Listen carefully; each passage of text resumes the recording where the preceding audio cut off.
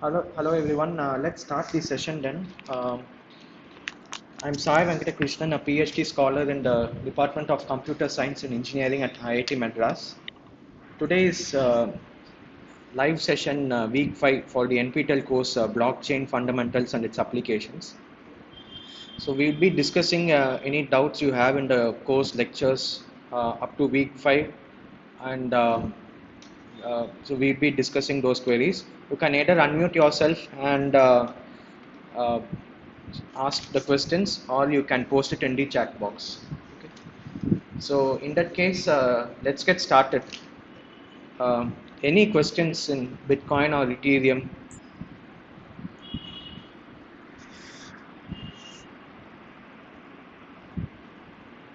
So I see that in the forum, no one has posted any questions with respect to Bitcoin or Ethereum. So is it the case like everyone understood the concepts and you are clear with those concepts?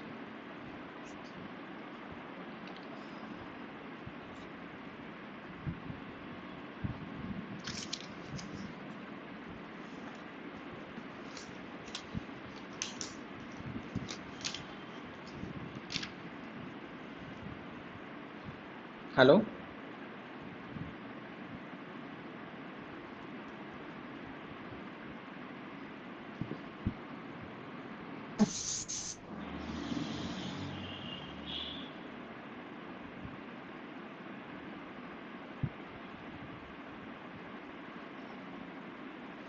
So does anyone have any doubts in the video lectures till now, whatever you have seen?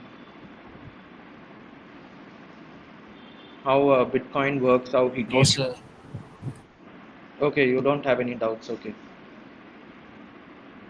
cool. So, so were you able to um, understand the differences between Ethereum and Bitcoin, like how they work and those things?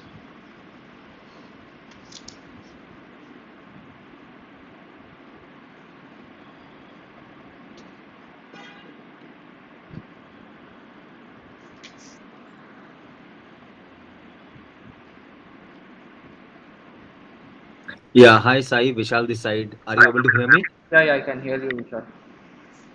Okay, so maybe if anyone is not asking any questions, maybe my question is a very generalized question. Okay, What I want to ask you is that uh, on an Ethereum versus Hyperledger, I mean, from the enterprise blockchain perspective, could you please just highlight and guide us as to uh, what is, I mean, from a learning perspective, which should be opted for, which is more relevant for the enterprise blockchains? Because my understanding is that Bitcoin is a permissionless network, and for permissionless networks, the concept is altogether, and whereas the enterprise architecture, it will mostly be an permissioned blockchain. right. Yeah.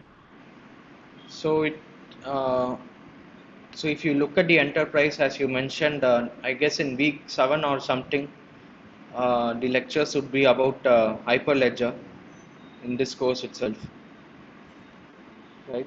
So it depends on the final use case. So if it's like permission network, as you say, right, then it's Yeah. very well you can just stick with Hyperledger itself. Ethereum is sort of you want it permissionless and you want everyone to be a part of your network. In that case, Ethereum would be a much better choice. Hmm. Um, Any reasons why you think so? so I have not. So actually, in my case, this permissioned or permissionless, like Hyperledger or Ethereum, I'm not read into those the Hyperledger things into detail yet. Like the course, still that week hasn't come, right? So I haven't prepared materials. But Okay. I heard in like if I'm not wrong, recently there was a news like recently as in like near back or couple of years back, I guess. So there was this shipping chain consortium. Okay, so shipping the container. containers company, right?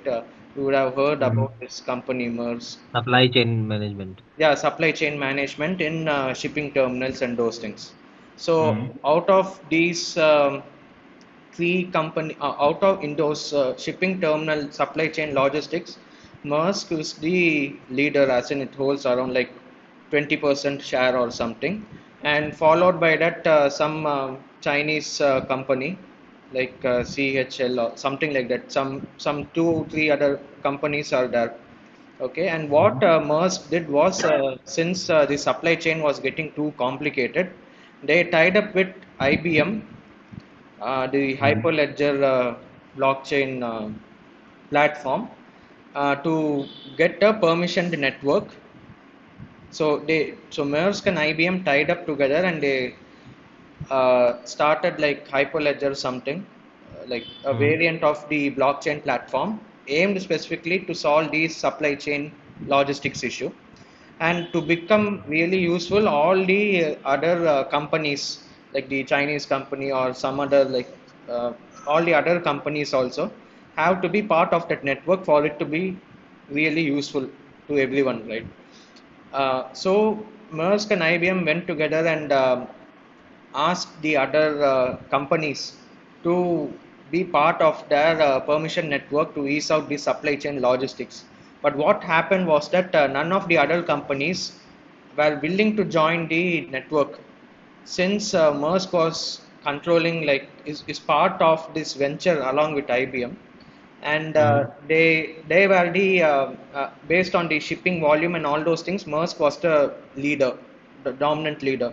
So they feared that if they were part of the permission network or something, their information might be leaked, like as in the privacy thing, all those details would be leaked to the competitor, and so they were unwilling to join that network, because the sole in charge of the underlying platform and the code, everything was Maersk and IBM together.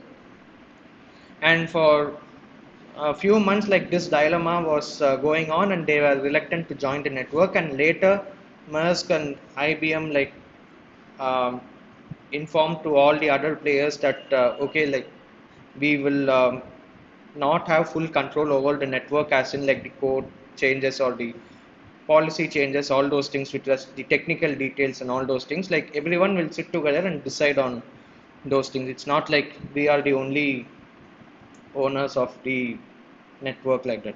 So in permission network, you it's actually not a blockchain per se. Actually, in a permission network, you just make everyone responsible for the permission network. And I'm not sure whether Ethereum or something also supports like like a closed set of nodes participating on Ethereum itself. I'm not sure whether that's supported. But Mm. given a choice, like whether you go, and also there are these recent blockchain um, platforms like Algorand and Tezos, which are all like proof of stake, and they don't have much these proof of work things all. So in those blockchain platforms also, they in their use cases they have listed uh, industrial use cases or like applications. So Okay. I'm not sure whether if you tell like if it's enterprise, we should always go for Hyperledger. I'm not sure that's the point. Um, Mm. so I suggest you, even I'll have a look into those the latest blockchain platforms like Algorand and Tezos, and whether they support enterprise platforms. And Useful thing in one of enterprise. the Yeah. one of the further, I mean, extended questions out of this is, if there are multiple parties in an permission blockchain, so Right. multiple enterprises may have multiple choices. Someone may want a hyperledger on which the blockchain to be built. There may be several other reasons, because they may have any other systems running on hyperledger, and similar can happen with some Corda. Some may have the Ethereum. So my understanding is that the interoperability between the DLTs is not yet possible. Please correct me if I'm wrong. Uh, right. Yeah. So yes, it's not inter.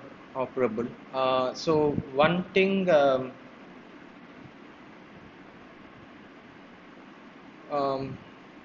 so one thing is, I'm not sure whether it is related to enterprise application, but in Ethereum there is something called as token-based economy. So I'm not sure whether it's related to enterprise. So have you heard of these things, tokens? No, I mean, we have just heard of ethers in Ethereum. Right. So actually, what so in Ethereum, everything so similar to Bitcoin, right?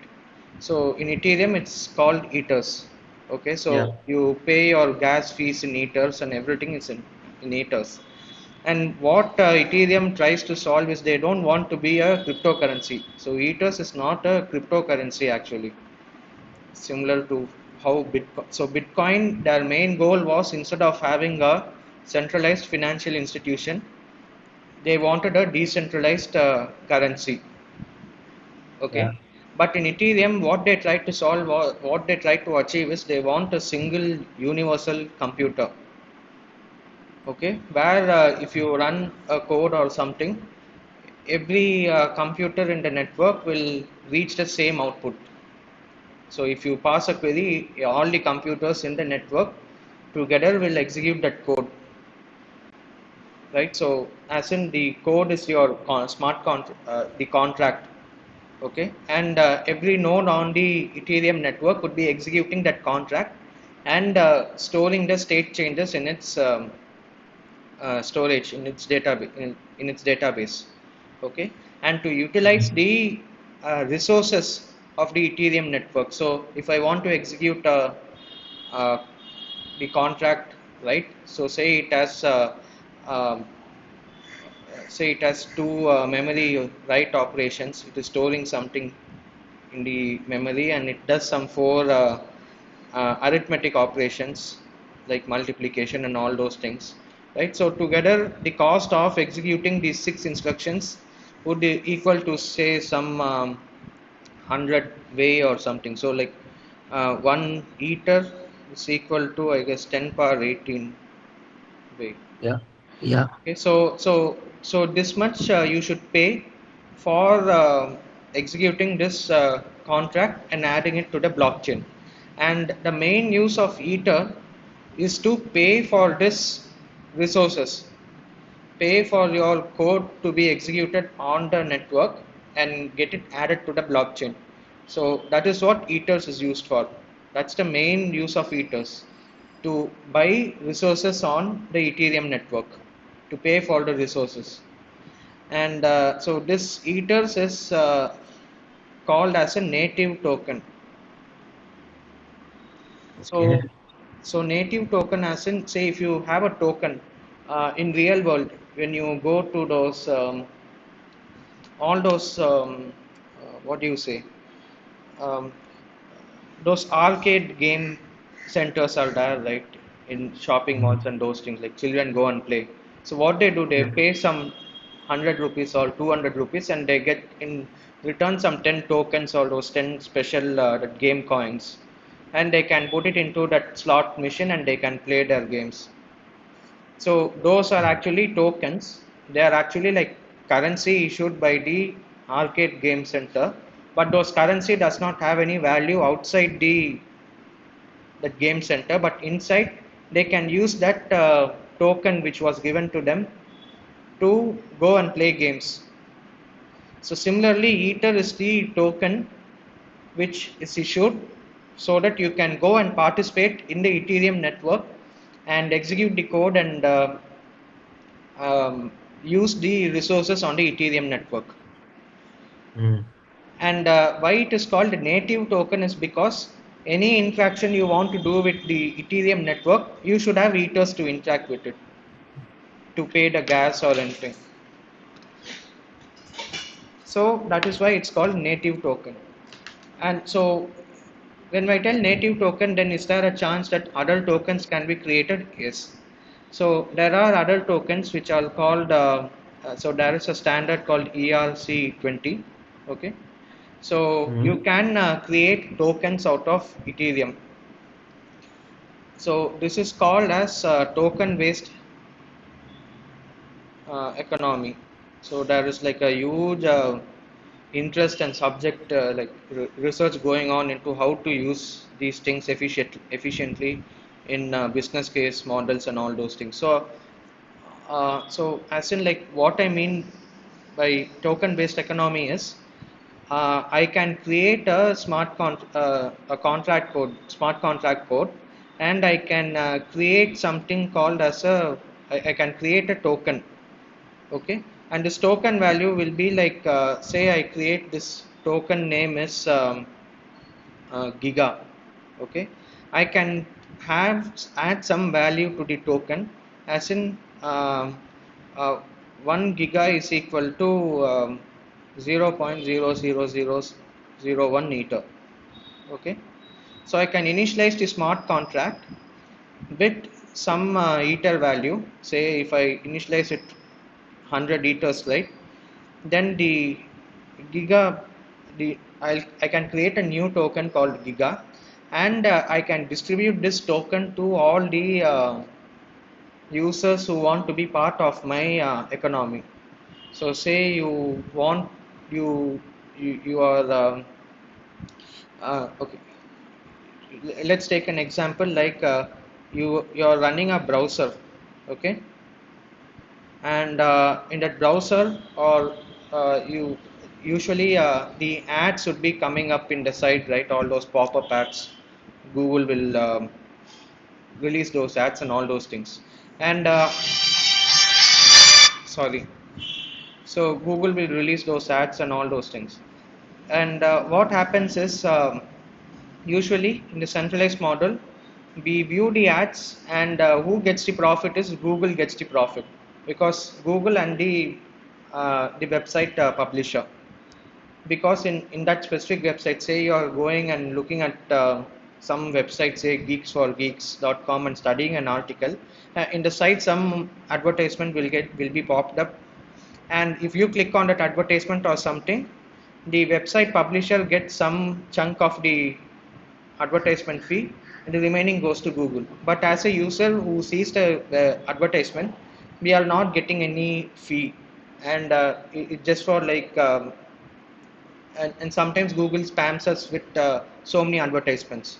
To avoid those things, a new concept what they have come up with is um, Web 3.0 based web browser. So one example is called is the Brave browser. Okay, and in Brave browser, what they do is when you should sign in um, for the advertisements, you should sign into a scheme where you are okay with the advertisement pop-ups being coming. But when you view an advertisement, you get paid.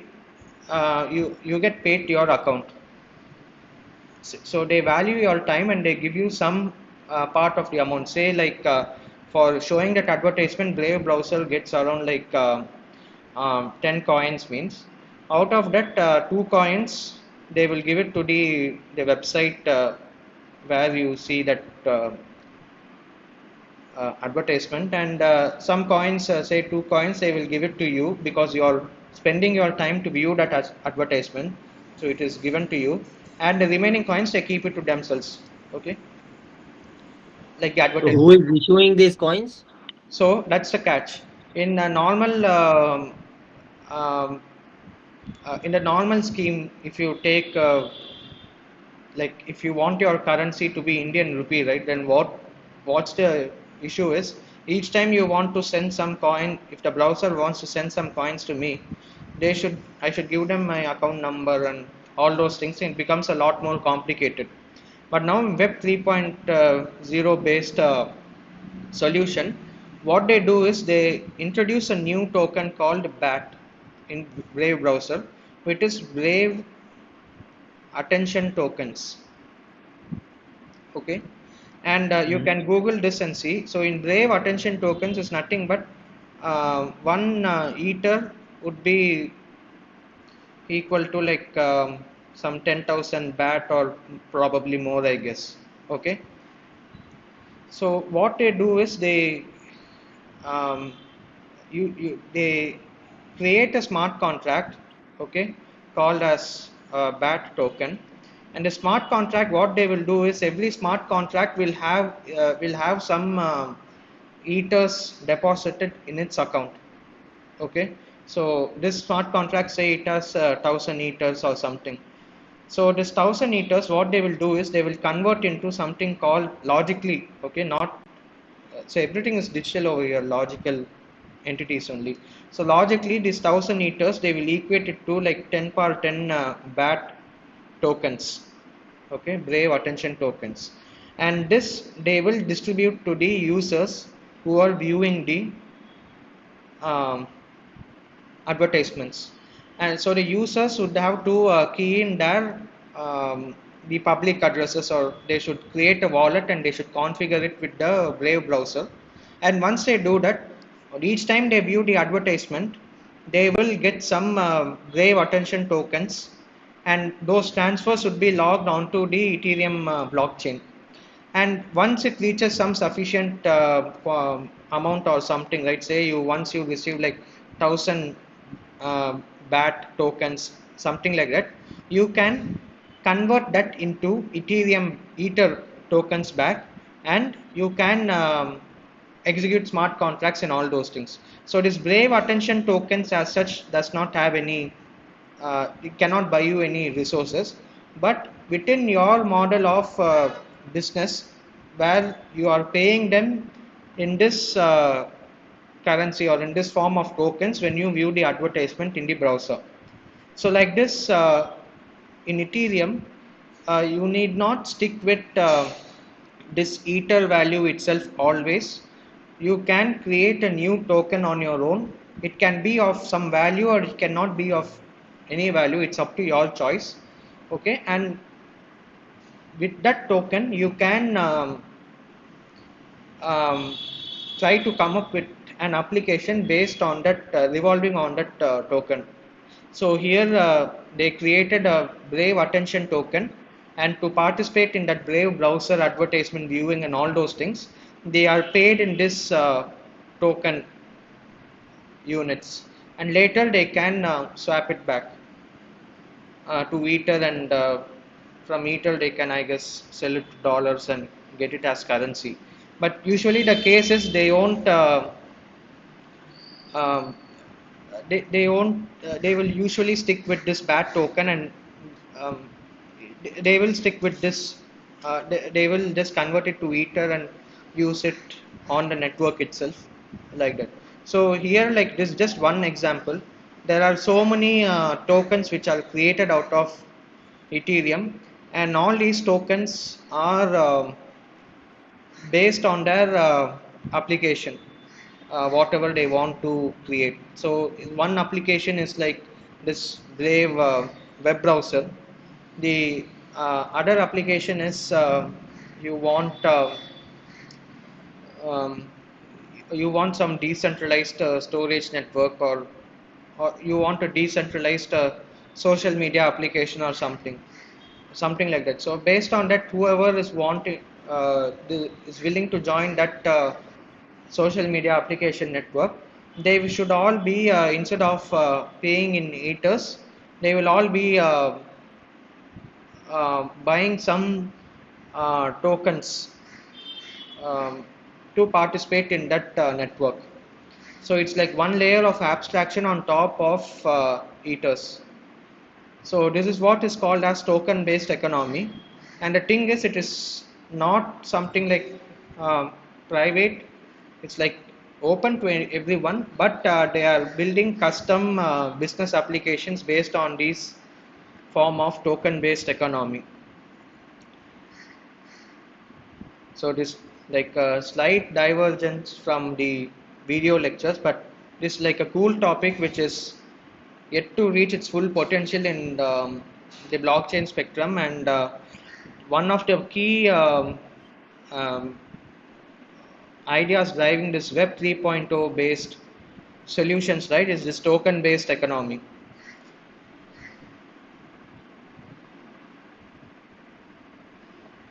So any doubts in this? Like this was So, I mean, how the identity will be managed in Web3 then? Identity as in, I mean, if you can identify the person when he's browsing the site, because basically you need to accredit his account with the tokens. so the identity is similar to your, so everything is in the blockchain thing, right? So like underneath it is using the same Ethereum network only. So the identity is your public address. Okay. So you won't have any like bank account number or anything, but the tokens are automatically transferred to your public address. Okay. I mean, I also read somewhere that after Web3, the way presently, I mean, all the data mining is being done based on the websites you browse and everything Hmm. based on that. So that misuse of data will not be there post Web3.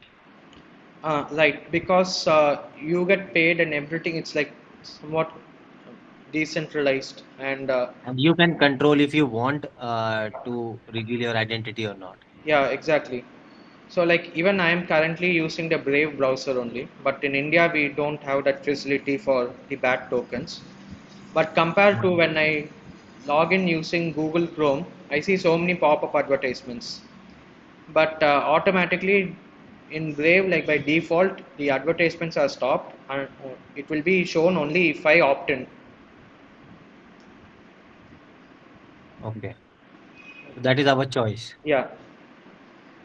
So all these innovative applications, right, which were once inhibited by the complexity of sending payments to anyone across the world. So like if so here they are using this Brave attention tokens to pay for this, but without these tokens and all those things, this Brave browser would be in some other country, and if they want to send it to a user in another country, so much of legal formalities they should be going through. So this type of application, the idea itself would be like too expensive in like 10 years back, but now with this Ethereum, and since Ethereum is not just a cryptocurrency but they make the smart contract to do whatever um, logic, any logic can be implemented in those smart contracts, so it's like Turing complete.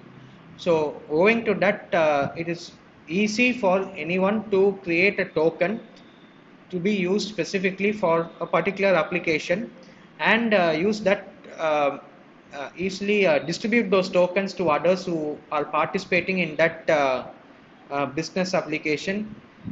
Since Ethereum, all these bad tokens, they are borderless. They don't. It's just like distributed among all the computers on the network, right? The nodes on the network, so they don't have to undergo the same legal formalities and all those things. So using these things, Web3 is the latest technology, which is one of the most important applications of blockchain. Yeah, but Sai, Yeah, what you are saying is that those tokens are issued and those can be spent on a very specific things, right? right. So, I mean, if I'll buy those tokens, I'll be able to use it on the Ethereum platform only. There will be no other way I can use those tokens. There will be. I Sir, can only, what is the major difference in token and Ethereum? Uh, just a second. Like I'll answer Vishal's doubt and come to you. Sorry. Huh? yeah. So my question was, Sai, that these, I mean, there will be so many platforms. Every platform is issuing their tokens, Yeah. and those tokens can be spent on their platform only, right? Right. Don't you think it will be a mess? So uh, exactly the same point. Based on which there is a company called Uniswap. Have you heard of this? Sorry, come again. Have you heard of this company called Uniswap? Unis. No, Uniswap, UNI. no, no, no, So if you no, have no, time, no. Google it and see. What they do is based on your same logic. Like for say Brave browser they have bat token. Say for another application they have cat, and for another application they have dog.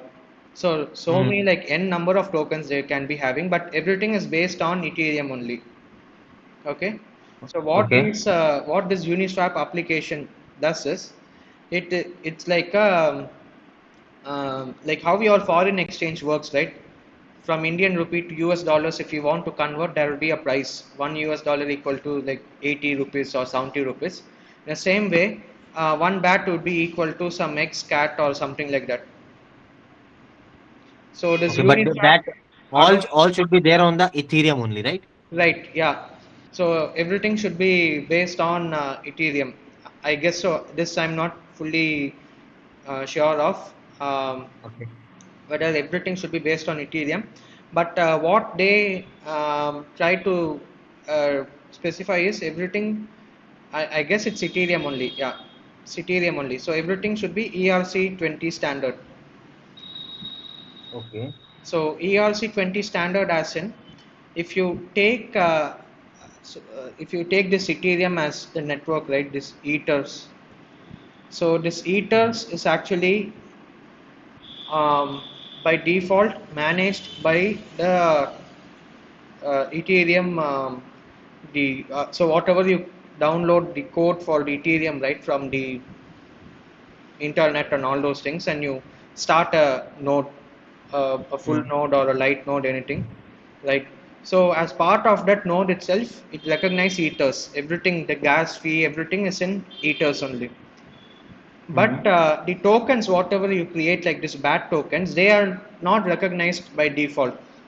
So if you want to create a token, you should create a smart contract on, and you should uh, push it into the blockchain. And the smart contract is the one which manages the whole token, like issuing new tokens or deleting new tokens, anything is via the smart contract only. Okay. And the smart contract will have functions like get token supply, issue new tokens, what's the price of a token with respect to ether, like that some functions should be there. And the minimal set of functions to get started with a new token is part of this ERC20 standard. So ERC20 standard is nothing but a template, a contract template, which specifies what parameters should be there in your contract function and all those things, so that it is interoperable, so that you can easily exchange between tokens. And Basically, what you are saying is on Ethereum platform, we can go and create one um, exactly, you can go and create a new new token. token for our chain. Yeah. Okay. So our chain, as in your application is Close somewhere. our private network. So I won't call it private. I'm little bit tested. Like once, so if it's on Ethereum, it's public. But what I meant is your application. Say it's known to 100 people or someone, something like that, right? So if they want to participate, it is they should use those tokens. So it's sort of a limitation factor. Mm. And I guess we can have a control on who buys those tokens or something. Like you can have a say, I guess so. So if that control is there, then it can be a private thing also, like in invite only, like by invite only you get to join that application, something like that. Yeah. And So who determines the price? I mean, how, at what rate it will be converted? uh, so um, in so what, so one bat equal to how much of Ethereum is I guess by the application owner, like at start they create the tokens, right? At that time they give some value to these tokens, but between these tokens how much value it goes, like all those things. So in Uniswap they call it something called as the automated market maker strategy, AMM. Okay, so Mm. it's basically like how your forex foreign exchange works, right? Yesterday it will be one US dollar is 80 Indian rupees, but now it will be 70. Tomorrow, day after tomorrow, it will be 85. So it depends on That's a the real-time demand supply. yeah, real time demand supply. Same way in on Uniswap, they will have like so many things, right? What do I say? Like so many requests. Like so, if one group of entities continuously going on and buying BAT tokens in exchange for CAT, right? So in that case, BAT is becoming more in demand, and the price of BAT will keep on increasing slowly. Okay. So it's something like Uniswap would be maintaining a constant pool of say like 20,000 BAT tokens and 10,000 CAT tokens. And if Okay. that pool is decreasing from one side, pool is decreasing and the other pool is increasing, so that supply demand algorithm kicks in and it will increase the price of BAT tokens based on some ratio. And everything Okay. is like decentralized in this thing, this Uniswap. Sir, what is major difference in Ethereum and tokens? Yeah, yeah. Sorry for answering that late. I'll answer. So Ethereum and tokens is your Ethereum is the this Ethereum is the blockchain platform. Ethers is the uh, Ethers is the network. Ethers is the currency. So Ethereum is your currency for you to participate on the Ethereum network. If you want to execute a contract, if you want to push a transaction onto the blockchain, the Ethereum blockchain, anything, you have to purchase some Ethers so that you pay to the mining node in Ethers for the gas fees and all those things. Okay, so that is Ethers and that is called as the native token. So if you want to do any sort of participation in Ethereum platform, you have to have these Ethers to use the resources to execute any code or something. The other tokens which I discussed like BAT and all those things, they are like ERC20 uh, tokens. Okay, so as in it is something that is created as part of your contract code. So in your smart contract, in the example demo code, they would have showed adding two numbers or something like that, right? In the same way, what you can do is you can deposit some value of ethers, 100 ethers or something, into that smart contract code, and tell that one ether is 10,000 custom tokens. You can name it like NPTEL tokens, or you can name the token, give that name, give the token any name, and you can place some value within that token. Like one token is like 0.001 ethers or something. Okay, so token is something which should be created when you want users part of your application, like this browser application or something, users part of that application instead of um, so one thing with ethers, right? Say I want to create an application where to use my computer. Say like I am having a supercomputer at my home, and you want to use that computer. And what I charge is I want to charge like around 30 US dollars for it. Okay, and for that what I do is everything I want it to be like automatic and all those things. You have to send a remote request, and the supercomputer automatically will charge you like point so how much 30 US dollars I convert it to ether. So say it is 0.001 ethers or something. I convert it to it, and you should create a transaction and pay this much ethers to me before you start using the supercomputer. But the issue is in ethers, since it's a native token and it is not stable, as in it is volatile. So now today if it's like this second, if it's like 30 US dollars is 0.0001 meters, the next second it will be different. Okay, so what happens is the same 0.001 meters, after some time it will either be more than 30 US dollars or it can be less than 30 US dollars at the time when I want to use this heater. Okay, so to avoid those things, as a as the service provider, what I will do is I will convert I will create a new token called remote access token, like rat or something. And I will if you want to have uh, a set of if you want to use it for 1 hour or something, it will be by default 10,000 rat tokens or something like that. So for this thing, right, I will create a token, and how I create is I will introduce a new smart contract, and the smart contract code will be managing this token.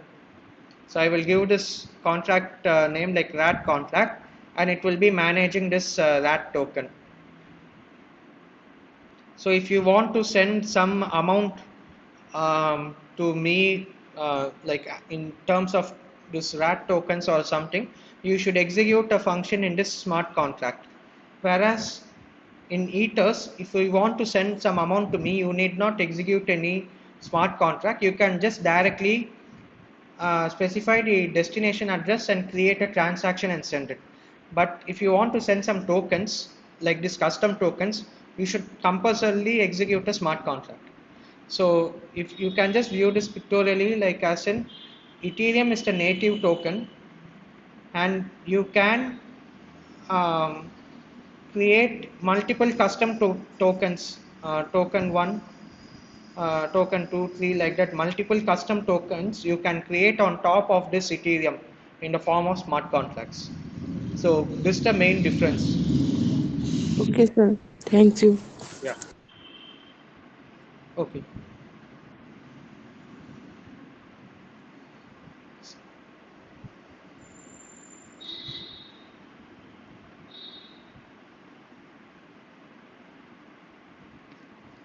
So any other doubts in this token and all those things?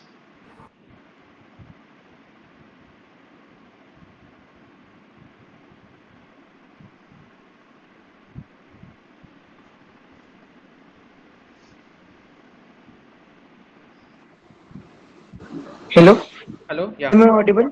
Yeah, yeah. Yeah. If you want to create a new Web3 website, so how are the domains managed? How the Cloudflare will manage it? How can we buy a custom Web3 domain, and like how they relate to blockchain? A custom Web3 domain name. I'm not Yeah, very sure. I guess there is something called ENS. I guess you are referring to that. yeah, something like that. Like I want to shift my website to Web3. Okay. Okay. So because Web3, like if you purchase something, like then we have like some sort of infinite amount of storage, something like that. So like we give some sort of like pay in some sort of the cryptocurrencies, and like we will be paying to particular organization, and then they will be providing some sort of Web3, and like it will be some sort of distributed over all the nodes, not like a centralized server hosting it, like like if आप Cloudflare को देते हैं कोई और any server you give specifically. Okay. So like how that thing, can you give something about that? No, so your question is like you want a decentralized storage, is it? Yeah, something like that. Yeah, Or you want to create an application to do that? yeah, मतलब like I want to host my website on Web3. Okay.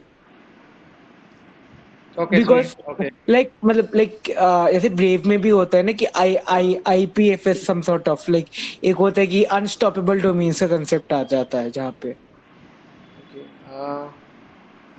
Web I'm three पे आता है is IPFS public gateway address and like uh, इथी या I'm not very I have not read into that IPFS, interplanetary file system, something like that, right?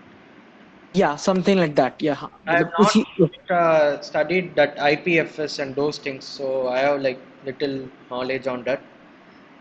Um, but in the same way, like what I told with the browsers, right? If you want to create a storage application or something, you can ta- um, um, tax the users who are using that storage, like say 1 GB is for like 1 ether, 2 GB, 2 ethers, like that, something like that. You can, for such some duration, based on that, you can keep on creating transactions and ask the users to pay you the amount, something like that.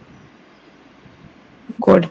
One more thing I want to ask, like जैसे blockchain की algorithms होते हैं ना, ऐसे research papers, we have research papers, okay, like मतलब बंदे ने like we have written like कोई blockchain की algorithm है, तो उसको how we implement that stuff, like मतलब प्रोफेसर ने भी लास्ट टाइम मतलब जब लाइव सेशन था, अभी जो प्रोफेसर उन्होंने बोला था कि we will be like showing you some hands on that, like मतलब uh, so you're implementing the blockchain application, is it? या मतलब हाँ, मतलब रियल मतलब जैसे एक तो होता है थियोरेटिकली आप डिसाइड कर रहे हो, एक है आप कोड में इम्प्लीमेंट कर रहे हो, ठीक है, मतलब या सीडो कोड जिस भी टर्म में इम्प्लीमेंट कर रहे हो. I'm not. I'll not be implementing any application as part of the live sessions. I guess what Professor mentioned is as part of the upcoming video lectures or something. So one he implemented using this Web 3.0 or the Ethereum smart contract thing, and I guess the other I'm not sure, but whether it will be based on Hyperledger or something. But there are n number of applications actually. So if you you take any blockchain example, as in like Algorand, Tezos, or Ethereum, right? There are so many getting started like these websites which explain to you like step by step how to create a application based on that, all the internals from the root they will go and explain how to start. मतलब like किस क्या use framework कुछ use होता है specifically on that, like क्या framework use होता है, या एग्जैक्ट ना तो मतलब लाइक आप कंसेप्चुअली बता सकते हो कि एग्जैक्टली क्या फ्रेमवर्क यूज होता है ऑन बैक एंड में, On. लाइक कैसे जो ये वेब ब्लॉकचेन के एप्लीकेशंस होते हैं बैक एंड में क्या फ्रेमवर्क यूज्ड होता है. Okay, I'm not sure of that back end frameworks in Web 3.0. Maybe I can have a look into it and tell it next week. और जैसे जो ये क्रिप्टो के भी जैसे आपने बताया था ना, जैसे इथेरियम है या बिटकॉइन है, ठीक है, तो वो भी कोई ना कोई इम्प्लीमेंट करता है, मतलब एक, और तो वो बैकएंड में कैसे सेटअप होती है, लाइक जैसे आपने सॉफ्टवेयर डाउनलोड कर लिया, ठीक है, आप उस पे रन कर रहे हो, परमिशंस दे रहे हो, बट वो एक्चुअली में कैसे, लाइक ऐसे मतलब इंफ्रास्ट्रक्चर जो बनाया है ऐसे, तो किस पे इम्प्लीमेंट किया गया है, मतलब कौन से ऐसे फ्रेमवर्क या कुछ कोई The ऐसे, Bitcoin one, is it? या बिटकॉइन या इथेरियम No, या so एक पाई करके भी जो होता है so, शायद. so you're asking like who codes that Bitcoin, the या हाँ, Ethereum. Something like that. So the thing is, there are like a set of developers, around like 30, 40 core developers for Bitcoin. Okay, so they will be say the Bitcoin core group or something like that. And what they will do is, based on that Satoshi Nakamoto's white paper, they will implement the code. So all those code which we discussed, right? Having those like sending out transactions onto the network and checking that, maintaining that UTXO set and all those things. So all these code, everything they will develop as part of this Bitcoin client program. So they will call it as the client. Okay, so the Bitcoin client code. And for you, if you want to get started, be part of the Bitcoin network, you should download this client code compile it and execute it. And while executing, you will have options like whether you want to be a full node or a light node, or you want to be a minor node. So full node is you just have to you know the difference, right? Full node is you will be Yeah, मतलब आपने explain किया है वो. yeah, Okay. Yes. like that. So this is the client code, and say you want to say so the code wants some changes. Code wants to they want to change the code or something.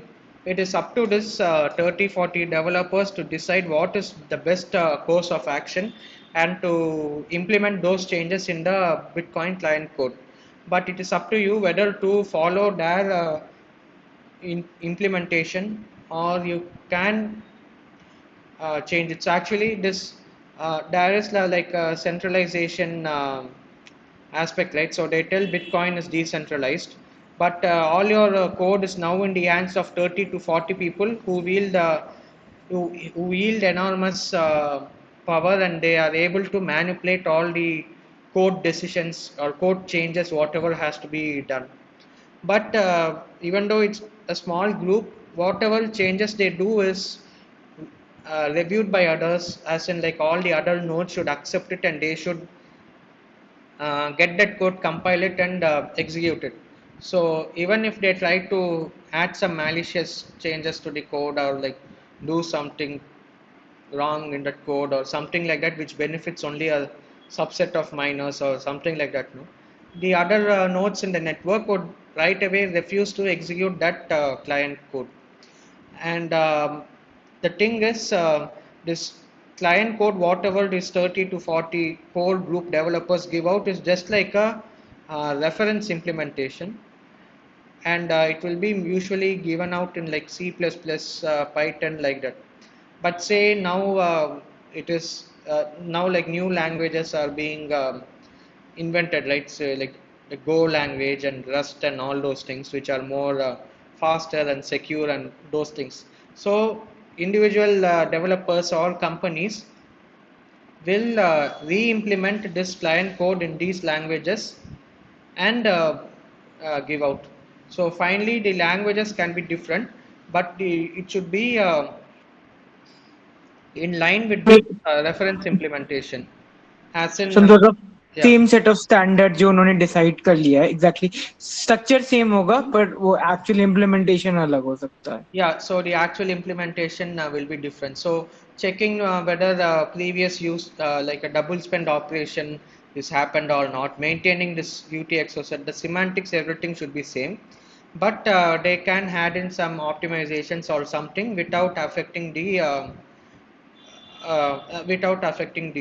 things, the core implementation, or the way the Bitcoin validation works and all those things. So in the same way, in smart contracts also, you have for Ethereum, everything is in this solidity, but you can have other languages like so there is like Python or something called as Viper, all those things, where you will have a interpreter or compiler which will convert that into solidity bytecode, something like that, and it will be executed on the Ethereum virtual machine, EVM.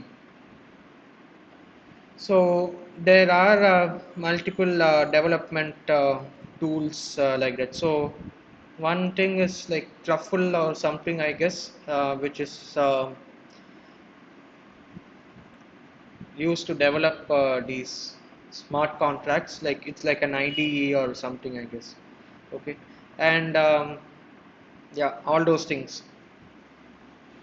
So who gets out, who releases the code or implementation means usually it is like a sort of a forum of developers who try to come up together, try to um, discuss and come up with a implementation or something.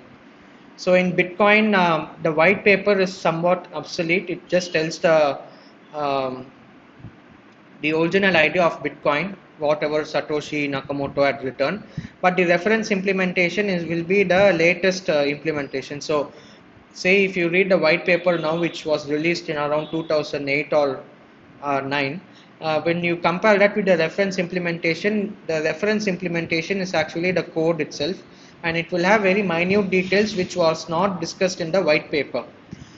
Okay, but in Ethereum, what they have done is in Ethereum, they don't have a reference implementation. Instead, they have a reference specification. So specification as in they have taken a mathematical approach to specify all the validation rules, this reward difficulty, all those things. They have specified it mathematically, and this is like the advantages. It is unambiguous, so it cannot be easily confused with, and it is clear in its whatever it wants to convey. It is very clear, and based looking at this specification, others can implement it in their own language like Rust, Go, Python, anything they can implement in their own language. And all the um, blockchain platforms like Tezos or Algorand, everything, they go down this part only. They will release a specification document which will be updated as and when they add changes to the platform or something. And they will have this mathematical notation, everything to explain in detail in an unambiguous way, and using that the implementation the code developers or companies who want to create the implementations on this blockchain, all those things, they will adapt to that specification. Got it. One more thing, can I ask, like, matlab, what you covered in week one and matlab, first session and second sessions. Okay, so you covered some basic definitions and like some basic properties. Okay, like I say, like don't what is consensus or something like that. Right. Where can and like can you suggest a appropriate article or any book which like matlab which we can refer or something like that For the for those stuff. cryptography, Yeah, for the cryptography stuff. Yeah. that the book is Cryptography and Network Security, By William Stollenson. so If you how do we actually study that? Matlab, like theory particular stuffs or like do they have a glossary some sort of or like No, they don't have a glossary sort of thing. Actually, I had read that book previously, so it's easy for me. But um, the thing is, it is they have divided it into like four sets of chapters, four parts to the book. Part one would be with respect to AES cipher and all those things. Part two would be with respect to hash function, the part digital signatures, and in between it will be with respect to RSA, like that. So what they do is before covering any specific cipher text or like encryption operation, those things, they will cover the mathematical examples, as in like you many were asking what was mod addition, 2 power 31 mod addition means what is it, right? All those doubts, like if it's like inverse operation, or what is moduli multiplication, mod addition, like that all. So all those details they will be covering it in the in one like two or three chapters, and then they will get into the details of with respect to each encryption algorithm, hash algorithm, and they will discuss any security details, not very deeply, but I guess they are not too much mathematically bigger. If you just go through their book, right, it will be useful to get a good head start into the mathematical details as well as the understanding of this cryptographic algorithms. So there are more advanced books actually, which are more like like mathematically they do proofs and theorems, all those things. but this specific book, cryptography and network security, is somewhat in a middle zone, and they try to balance both. Like for a newcomer, it's approachable as well as goes into some mathematical level so that you can appreciate it. So I suggest you start reading it from the start, and once you cross like 1 2 3 chapters, right, you will understand how the book is going, and you can directly skip to that specific part or chapter and start reading them. Say like you can start from the hash chapter, and in the hash chapter they would have mentioned in a previous section they would have discussed the mathematical detail. So in that case, you can just go back and look at that section alone, try to understand it. Got it. Thank you. Okay. So, others, any other doubt in Bitcoin or Ethereum? Yeah, Pranshu.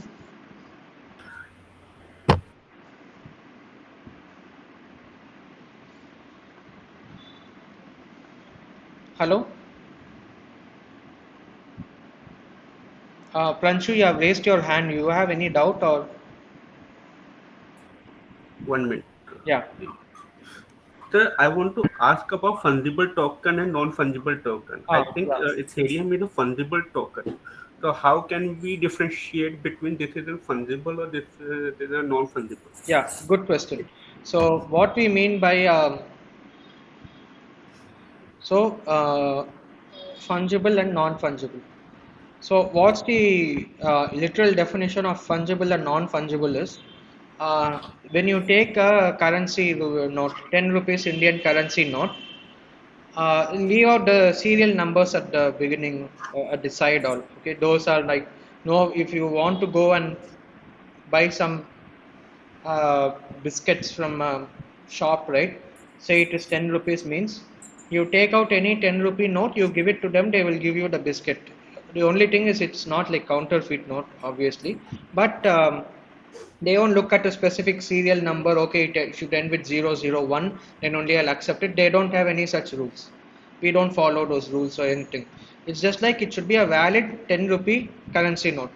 Okay, so Yes. now what we mean by fungible is, given 100 such notes, whether every note has the same value or not, and whether Yes. each note is replaceable by the other note. It is. So whether I give this specific 10 rupee note or another 10 rupee note, it doesn't matter. Both are have the same value, both are replaceable by each other. So that is fungible.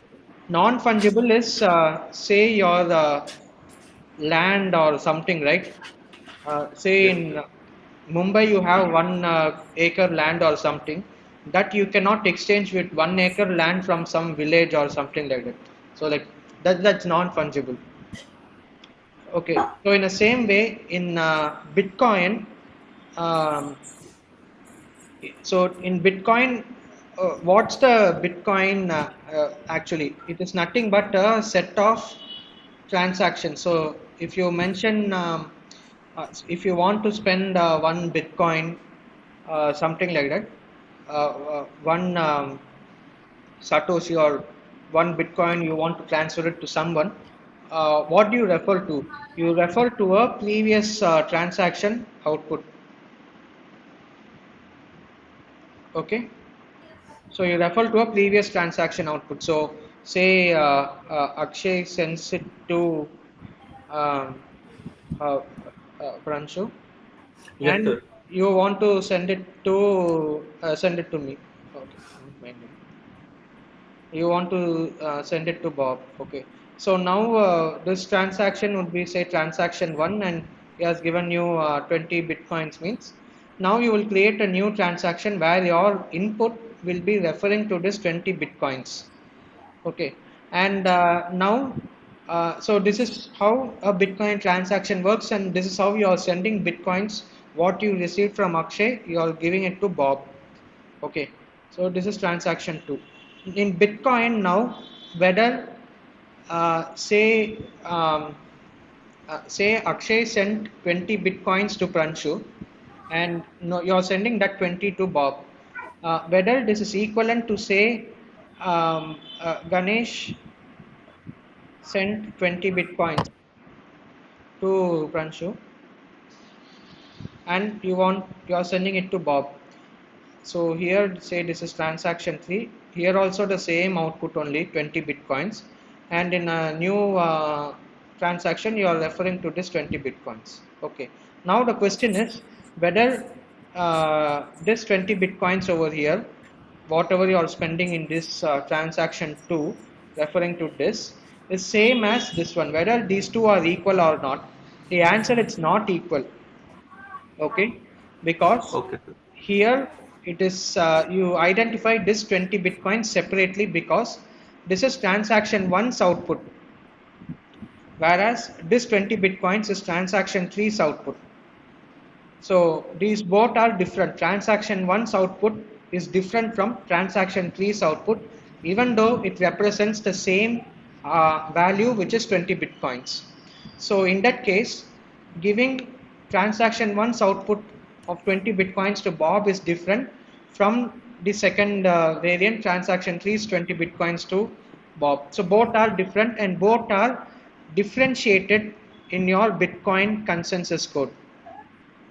Okay, since you are maintaining a UTXO set, right, unspent transaction outputs, there will be um, entry for transaction 1 20 bitcoins, transaction 3 20 bitcoins, and whether you use this one or this one will affect the state of UTXO. Okay, so it differentiates by either using, if I'm using transaction 1's output, this one will get deleted. Otherwise, if I'm using transaction 3's output, this one would get removed from the UTXO set. This is spent. Okay, so Okay. I am able to differentiate these two 20 Bitcoin, imagine it to be a note, right? I am able to differentiate between these two, whether it was spent to Bob or like whether it's spent or not. I'm able to differentiate which one was spent and all those things. So Bitcoins as such are non-fungible. Okay. Okay, so as in, even though they are having the same value, transaction 3 is 20 Bitcoin. I cannot replace that with transaction 1's 20 Bitcoin. Both are different and are viewed differently, maintained differently in the UTXO set. So Bitcoins are non-fungible, and this is one reason where Bitcoin has a disadvantage where you can blacklist coins. Okay, so say some person A sent it to person B, and B sends it to C, and by chance the department of the police department or the raw agency or someone, they get to know that A is a terrorist. Okay, and now what they will do is they have a set of public addresses which A had used to send out transaction to others. Okay. Now what they Okay. will do is they can track all the transactions. They will track all the transactions on the Bitcoin blockchain network. Since it's open to everyone, they can go and query in that blockchain explorer or anything, and from A, all these public addresses, say 100 public addresses are there, means from all those 100 public addresses who all got the transactions, they can see. Say B would have got some 10 transactions or something, and B might not be a bad person also. He can be just like a coffee shop guy or someone. Okay, either willingly or unknowingly or knowingly, he might have provided them utensils or something like that. Okay, but what the government agencies can do is they can identify each coin. Say he's sending one Bitcoin, means they can identify the specific Bitcoin and blacklist it. By blacklisting, what I mean is when B wants to convert this to some rupee, or he wants to send it to some other person, the other person, say the government agency, has a database of all these blacklisted coins. Blacklisted coin means, say A sends it to B, right? So whatever A is sending, it is blacklisted. So if A sends to B is part of some transaction 1 means transaction 1 output 0, out 0. This will be part of your blacklisted operation.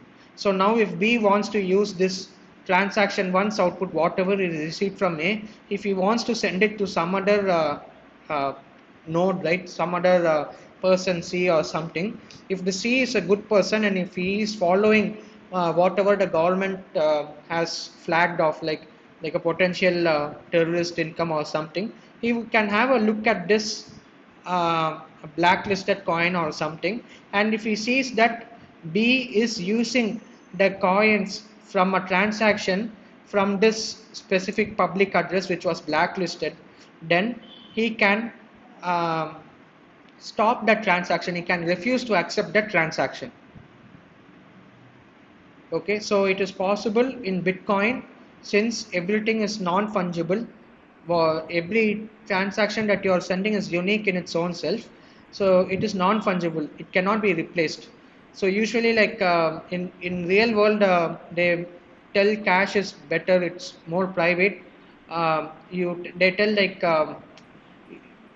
any like irregular financial dealings, they want it to be in cash, because once you get some cash, right, you can easily mix it with the legible money or something like that. You can circulate it, and you can, they say like convert black to white money and all those things, right? So that is possible in cash, because your physical currency notes are fungible. You cannot different we have if you have two sets or two 10 rupee notes, you cannot differentiate whether which one came from an illegal source and whether it came from a legal valid source. But in Bitcoin, since every transaction output is maintained distinctly in a UTXO set, you can easily identify the source from where it is coming, and you can blacklist it and do some sensor operations.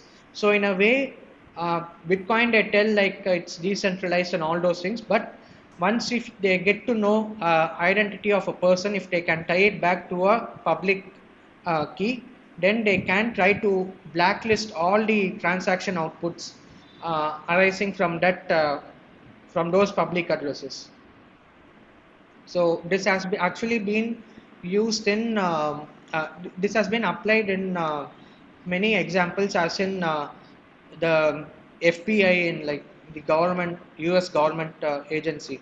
So they have used there are companies like chain code analyzer or chain scan, something like that, which try to analyze the Bitcoin blockchain, and they try to identify how these transactions propagate. So some were using Bitcoin to perform illegal transactions on the dark web for weapons and all those things. So they were able to find out the public key addresses associated with those weapon handlers, and whoever was converting that to dollars in foreign exchange or something like that, right? Whenever it uh, came in contact with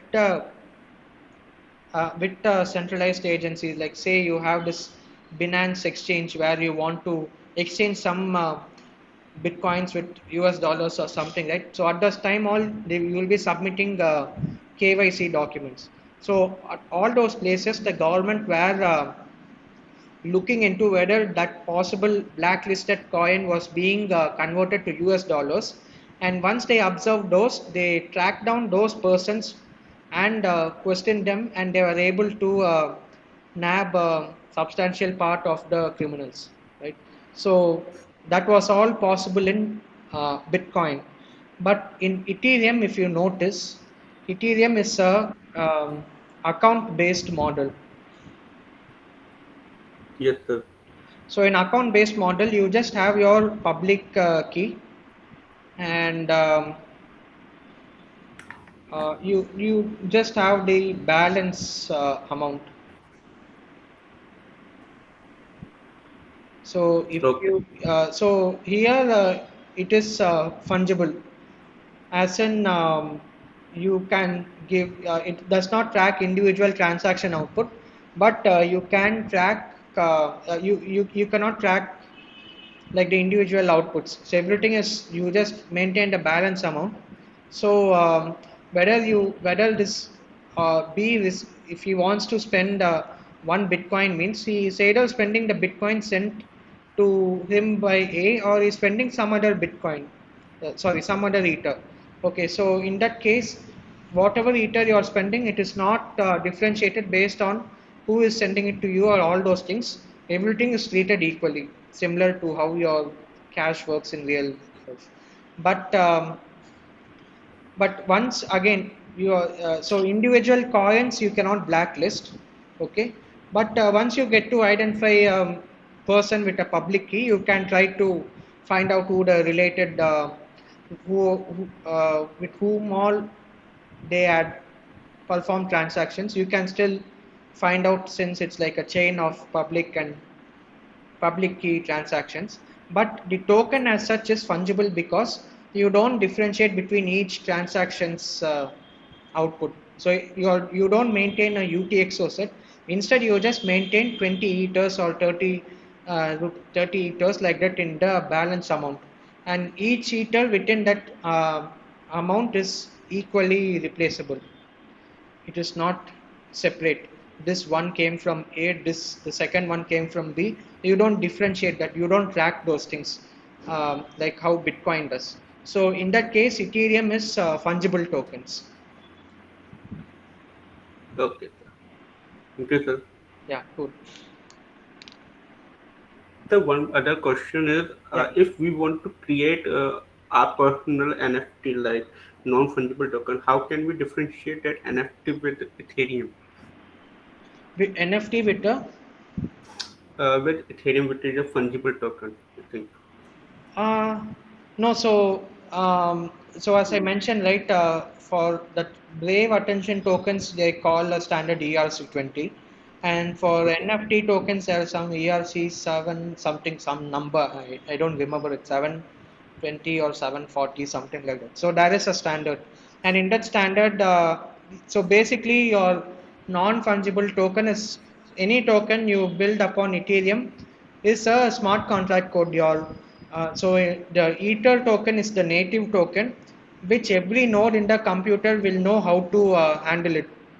Okay, so that Okay. Ethereum client code will know how to process that ethers, or how to manage those ethers and all those things. So when I mentioned that UTXO set in Bitcoin, in the same way, every node in the network would be maintaining a balance, like the public key and how much ethers it has. Every node would be maintaining the set of public key addresses and the balance it has. But when you want to create a custom token, all those balances, say like 100 users want to be part of your application and they want to create these custom tokens, right? How Right. much each user is having, how much amount of these custom tokens, everything. Each node in the, excuse me, each node on the Ethereum won't be knowing it. Instead, everything would be maintained as part of your smart contract logic. And the smart contract logic should be coded in such a way that it should either be, if it's following this standard, right, then these are all like fungible tokens actually. ERC20 is fungible tokens. And ERC720 or something, those are NFTs, non fungible tokens. So your art form or something you create, all those things, right? Those are all part of non-fungible tokens, and your smart contract code will will prove ownership of that NFT token. So it can be unlocked only by your private key, and it don't it the code is the smart contract code is developed in such a way that it just maintains that logic internally. It is not replaceable by some other thing. That's it. Okay. So everything is Thank you so deals with the smart contract code only. So, and this is the standard that you should follow if you want to create a NFT, ERC7 something. So that's the standard. Thank you, sir. Okay. So others, any other doubts you have?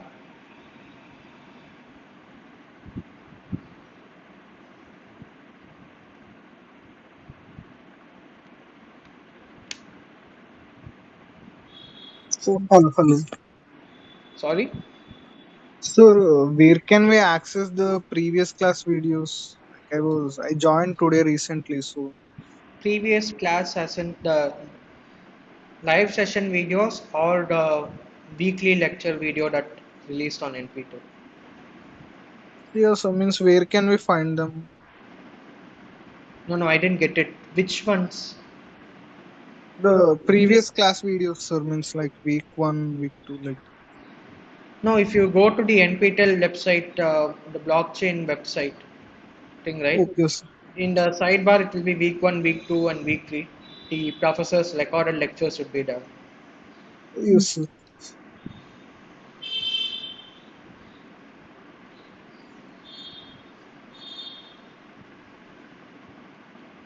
Okay. Any other doubts in Bitcoin or Ethereum?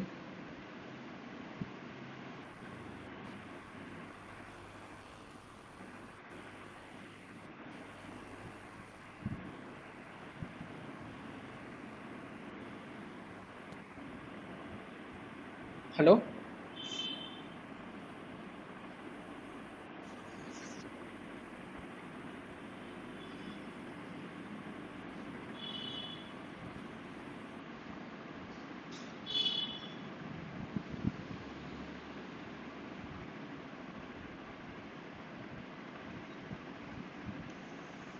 Any doubts? Okay, so just a question. So, has anyone heard of nonces? Why nonce is included in Ethereum transactions? Does anyone know? What's the role of a nonce?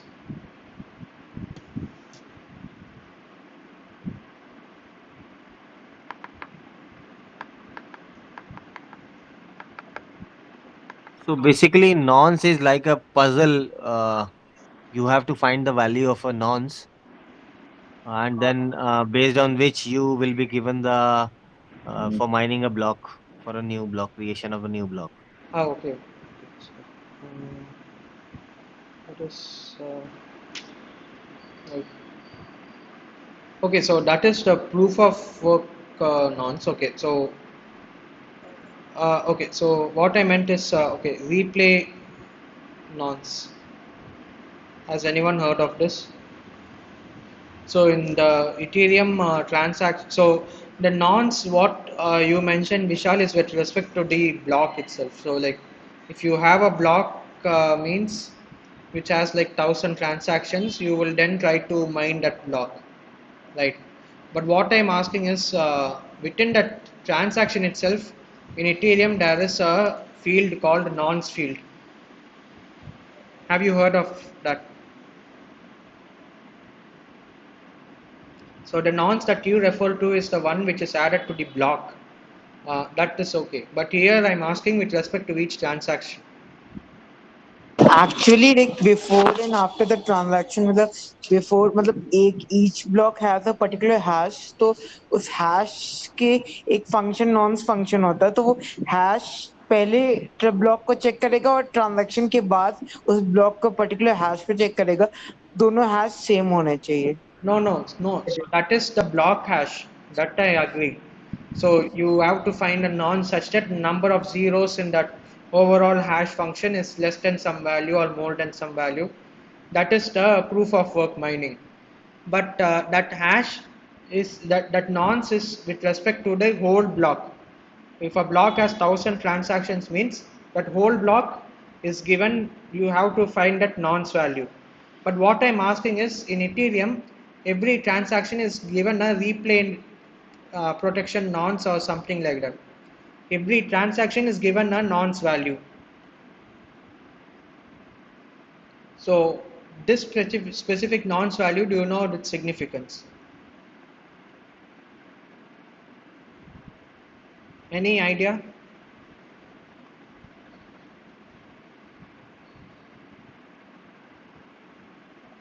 This is the number of मतलब क्या कहते हैं, मतलब मेरे हिसाब से like I believe कितने number of transactions उस पर्टिकुलर मतलब जहां से उस ओरिजिन से या उस एड्रेस से ओरिजिनेट किए हैं.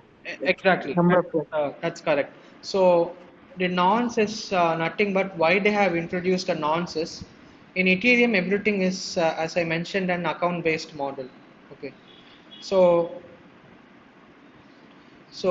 in the Bitcoin's UTXO set, so if you take the Bitcoin model of UTXO set, say if I want to spend some coins, right? The main issue, the main thing in any digital currency, the main aspect I should focus on is I should make sure that the digital representation of the coin is not copied easily and it can only be spent once. Okay.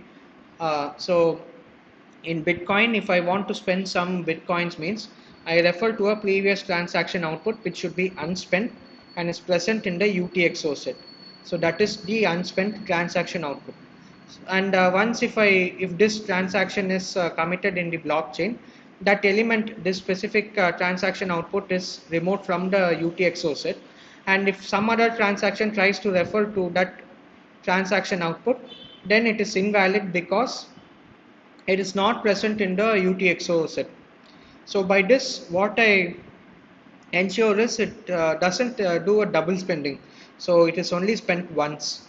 But now say in Ethereum account based model, you are not managing the ethers as like transaction outputs as in how Bitcoin does, but instead you are telling like similar to how your normal bank works, right? uh, in normal bank you will have the name or the account number and 10,000 rupees is the amount is holding in the account. So in the same way here in Ethereum your public addresses are the identities. So say FA BC like that, some public address, and it will be telling like it stores around 100 ethers or something. And when you want to send 5 ethers, say Akshay wants to send it to Ganesh. Okay, so say if they want to send 100 ethers, what will be part of the transaction information? So in the Bitcoin, you refer to the previous transaction output, okay, and you refer to the destination address and the amount.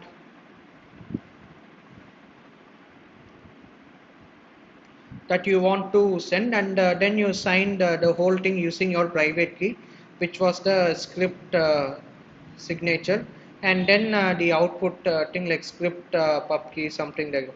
So these were all part of the transaction details, but this is all with respect to Bitcoin. But in Ethereum, if you want to generate a transaction, you don't need this previous transaction output, so you just have to send in the sender address, the destination address, you sign the whole transaction, the amount that you want to send it, and that's it. And this script public key, I'm not sure whether it's required. It's not required, I guess. So yeah, so these are the main things that you want to send it. Uh, that you that these are the main things that are part of a transaction that you send over Ethereum. The sender address, destination address, so the sender signs it such that you can prove that it is indeed valid. The sender has control, and then the amount that you want to send it, 10 ethers or 100 ethers or something. Now this transaction, you give it to the Ethereum blockchain, it gets added, and the network of nodes will see whether if I subtract 100 minus 10, sufficient balance is still there, or it goes into negative. If it goes into negative, then sufficient balance is not there, insufficient balance, the transaction is invalid. So here it subtracts and the amount is updated to say 90 ethers. Okay, and this transaction is committed. Now what happens is, say Ganesh is malicious, and what he does is he sends the same transaction again. He makes a copy of this transaction, the same contents again. with the same sender address, destination, sign and amount. And the sign is nothing but signature on all these three data messages using the Akshay's private key. And since all these data items are not changed, right, the signature can also just be reused as it is. And what Ganesh does is he sends out this transaction again, and now all the nodes on the Ethereum network will see this transaction, and they cannot differentiate between the original transaction over here and this copied transaction over here. And what they will do is they will check whether current balance is 90 ethers. If I subtract 10, whether it's less than 0 or greater than 0, it is still balance is 80. So what they do, they will add this transaction also to the blockchain. So Akshay wants to send only 10 ethers to Ganesh, but he sends but what happens is Ganesh, being malicious, he copies a transaction, and when Akshay doesn't know, he sends that same transaction on the network, and that also gets committed again. So two times the same transaction is committed. So instead of receiving just 10 ethers, Ganesh receives 20 ethers. Okay, and in the same way, Ganesh can go on repeating until the balance becomes insufficient. So this is what is known as transaction replay.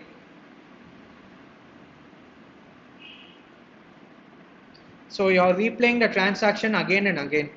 To avoid this, what Ethereum does is, with not just a sender address, destination address, the amount is required along with the sign, but they add a new aspect called as the nonce. And what this nonce is, as Aditya has mentioned, it represents the say Akshay has sent. I'm sending Akshay again 10 meters to Ganesh means. Say if Akshay wants to, Akshay, this is his first transaction or something means, then nonce would be set to 1. And these four values together, he will sign it using his private key and append the signature to the transaction and send it. Now Ganesh, if he wants to replay the same transaction again, right, what all he should copy? He will be copying it like sender, destination, all these are same, amount is also same, but nonce he cannot copy just like that, because all the nodes on the network will see that nonce equal to 1 is already sent out. This transaction with the nonce equal to 1 is sent out and is committed on the blockchain, and what they will do is they will all be expecting nonce equal to 2 as the next transaction. Okay, now Ganesh, if he wants to blindly copy the transaction and replay it, he should set nonce equal to 2 and send the transaction. But the catch is all these four things have to be signed using Akshay's private key.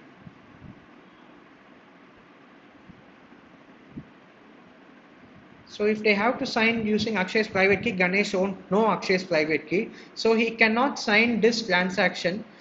He cannot copy this and sign the transaction and do a replay attack, because the nonce value is changing. Nonce equal to 1 and nonce equal to 2. So it is being changed. So every node in the network, apart from maintaining, they will be expecting nonce equal to 2 as the next transaction, and since Akshay only has control of his private key, he can sign the transaction setting nonce equal to and send it. So in this way, by having this nonce field which keeps on incrementing on each transaction that Akshay sends, we are able to prevent transaction replay attacks on Ethereum. Okay, so that is the main reason why nonces are introduced in the transaction, um, um, the transaction structure also. So the nonce which you referred to previously in a block structure is for finding out proof of work, but in this transaction field also, Ethereum introduces nonces to prevent transaction replay attacks. Okay, and so any doubts in this concept, transaction replay? Why nonces were introduced in the transaction and how they eliminate transaction replay attacks?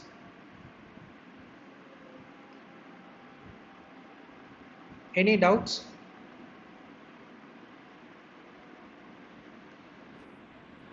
So I just came back. I want to ask: is this nonce? What is this? The number of transaction?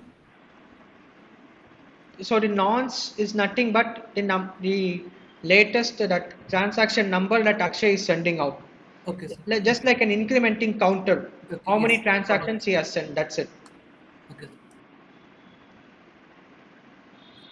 Okay. So say now Akshay has sent 100 transactions, okay, and he has sent, and now your nonce would be set to 101, and he sends a transaction with the nonce set to 101. He sends it out to the network, okay, and next he sends like that some 100 some another 5 transactions nonce equal to 102, nonce equal to 103, equal to Got it, sir. 104, equal to 105. He sends it now. Say sending out this transaction, it got delayed, okay, as in this did not reach all the other nodes in the network, whereas these 4 transactions reached the network properly. Okay, so say this reached in 10 seconds and this is reaching in 60 seconds due to some delay. Okay, now what the mining nodes, they will do is they won't directly go and include these transactions in the blockchain.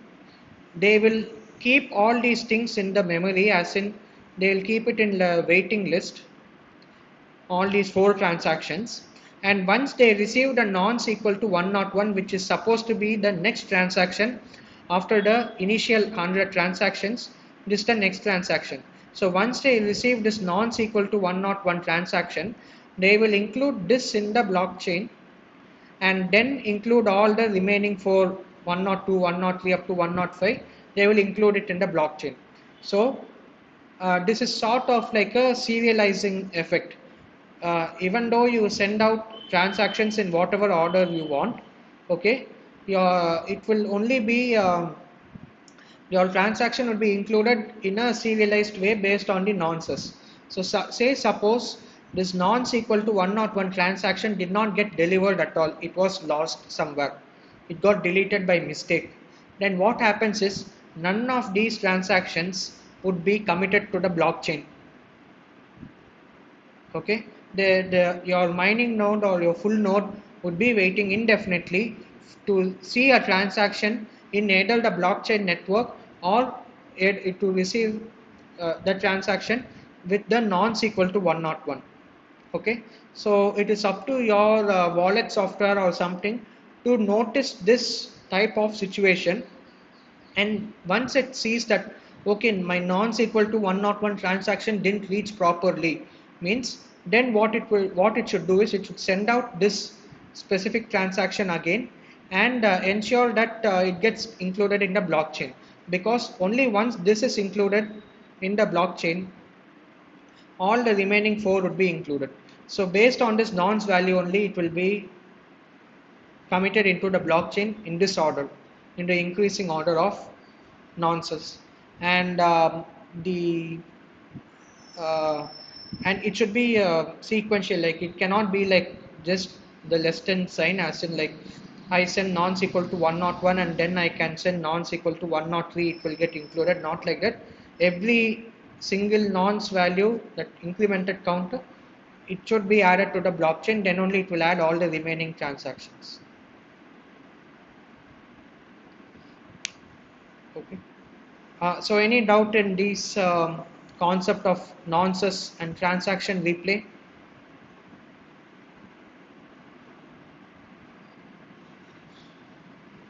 No, sir. Okay, cool.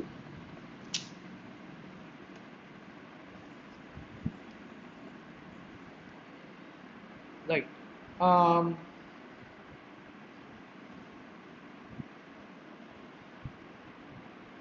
and also, you know the difference between externally owned address and contract address, right?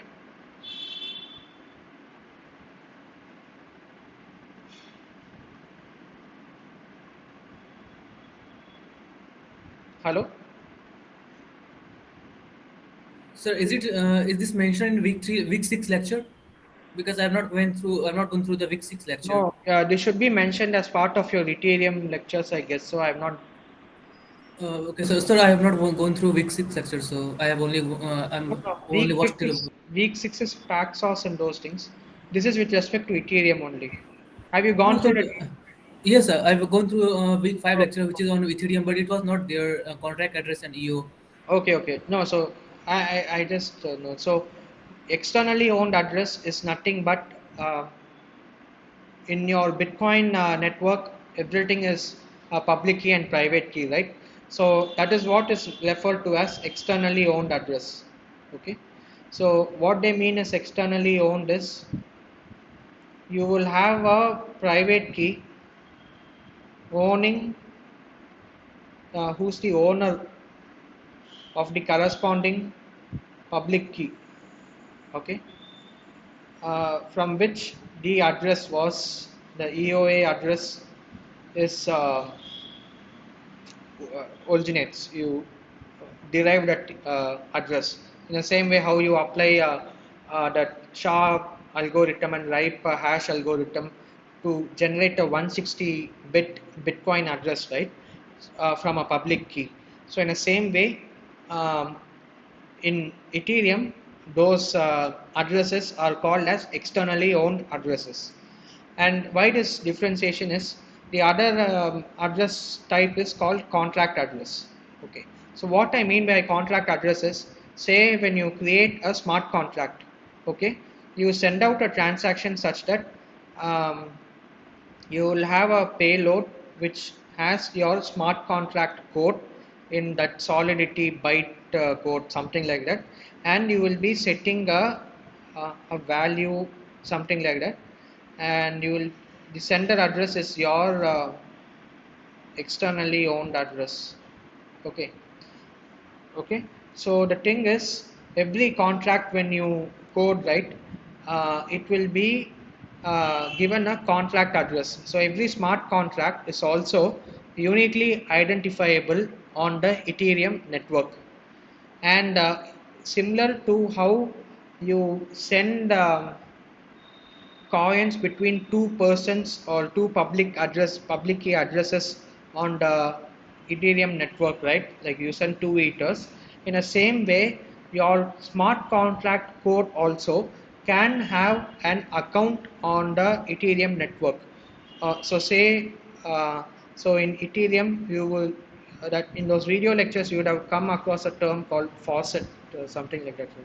So you get some free eaters, test eaters or something like that.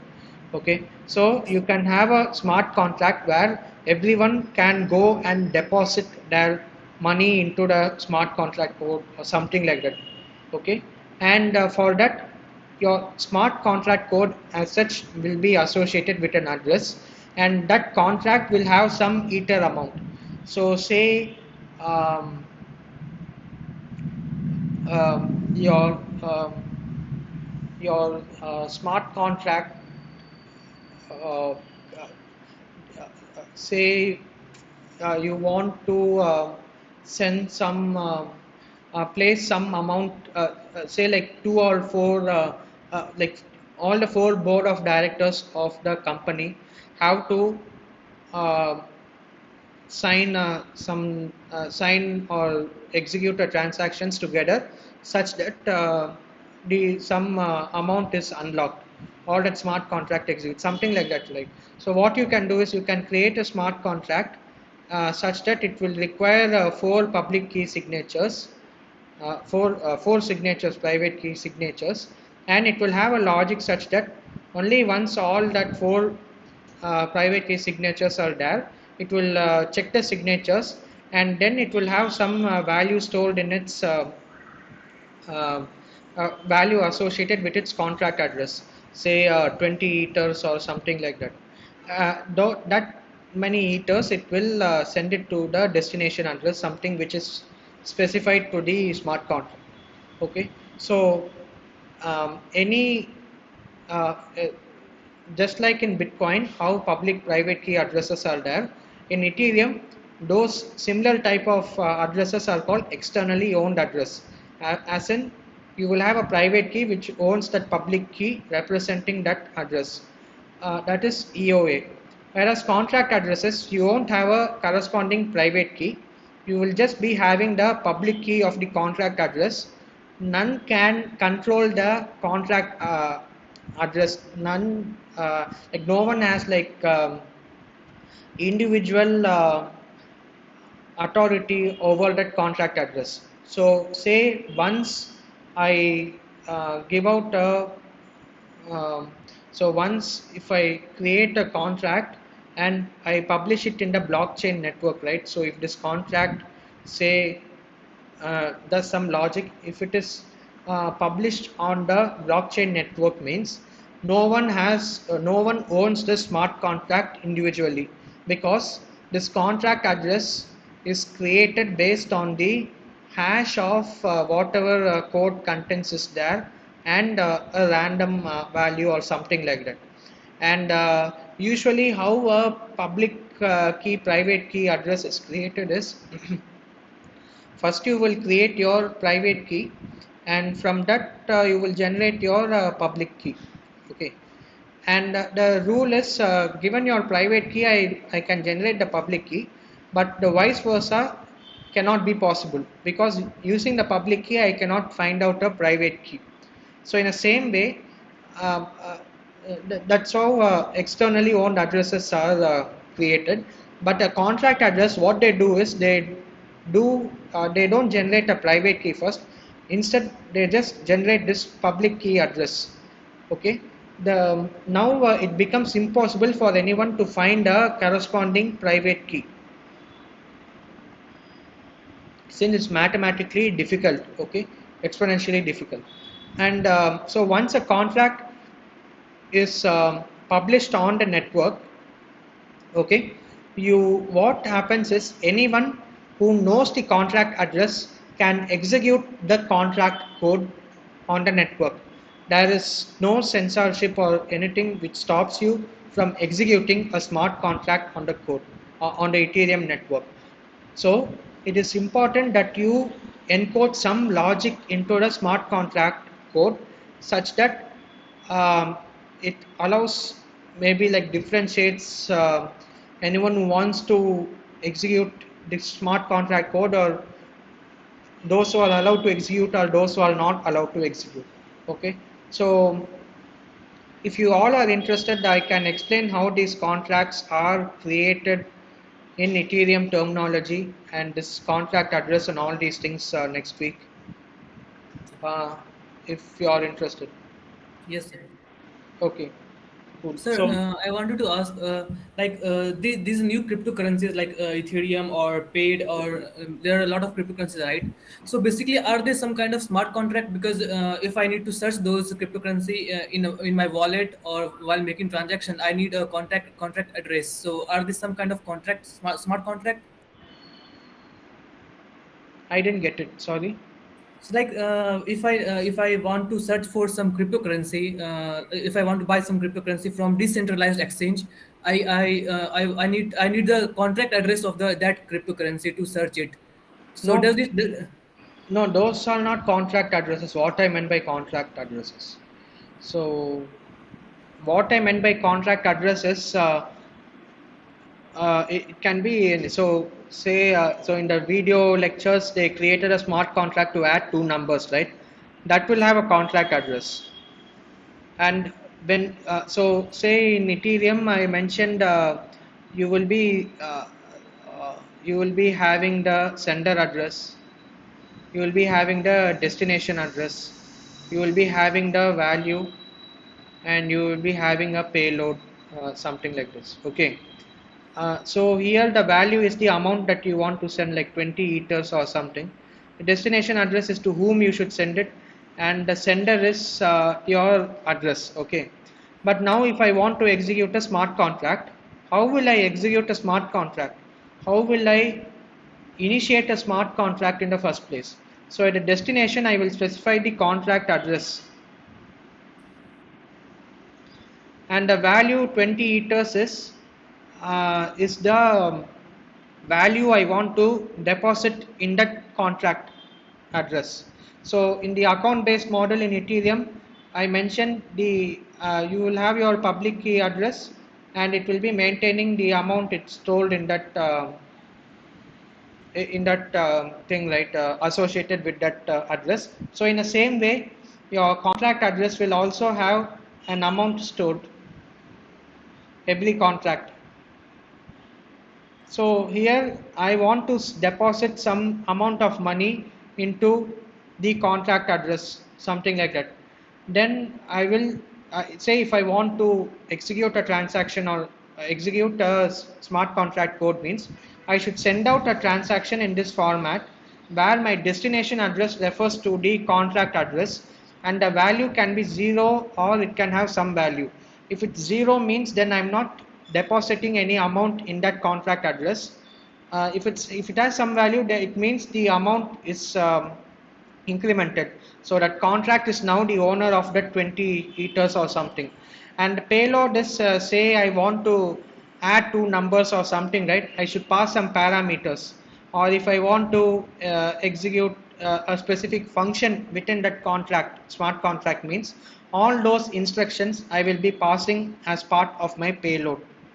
And when this transaction is when a node sees this transaction on the network, it will see whether the destination is a normal address, as in whether it is an EOA address or a smart contract address. And if it sees it is a smart contract address, means it will take that smart contract and execute that code based on the payload it has sent. If it is a EOA address in the destination field, means it will just do a normal transfer. That is, it will just see whether the sender has sufficient balance, and it will just increment the account amount which is to be stored. It will just increment it. That's it. Whereas if it's a contract address, means it will execute the smart contract code. So this is what I meant by EOA address versus contract address.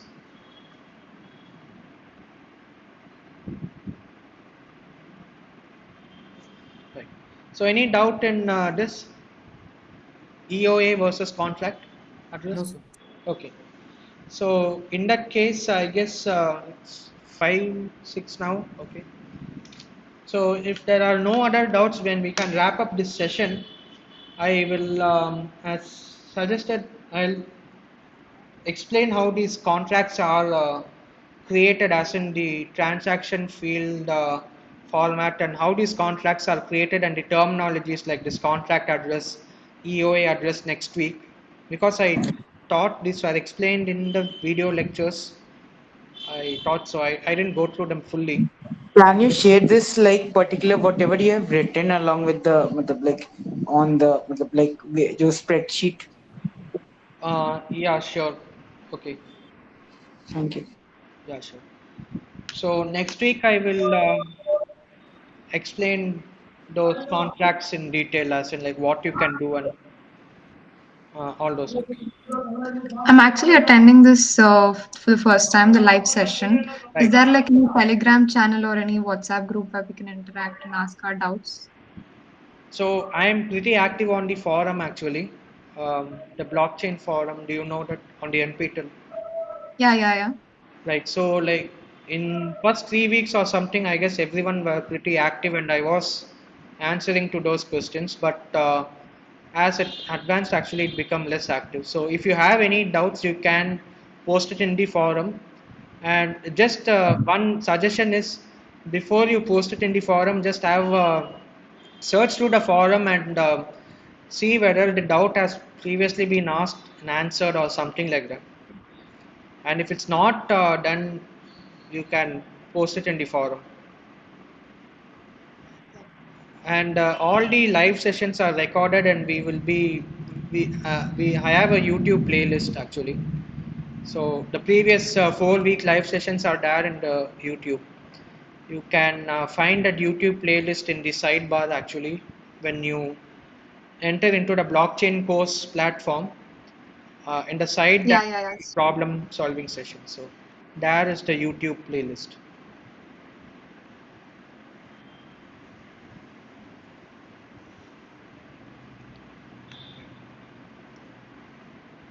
So if so, you can post it in the forum. I will look at it and answer.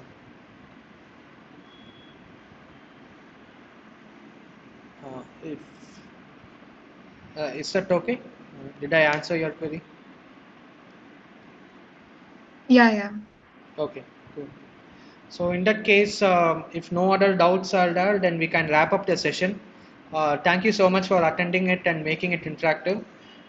Next week we will be discussing about any doubts you have in week 6, and apart from that, we can, if time permits, we will have a look into how the contract is created and how it has to be executed and all those internal theoretical details. I won't be doing any code explanation, but I'll be dealing with how it is done underneath, as in like with respect from a transaction perspective, how the smart contracts are initiated and all those things.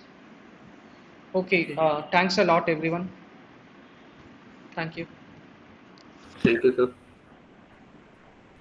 Thank you for that. Yeah, thank you.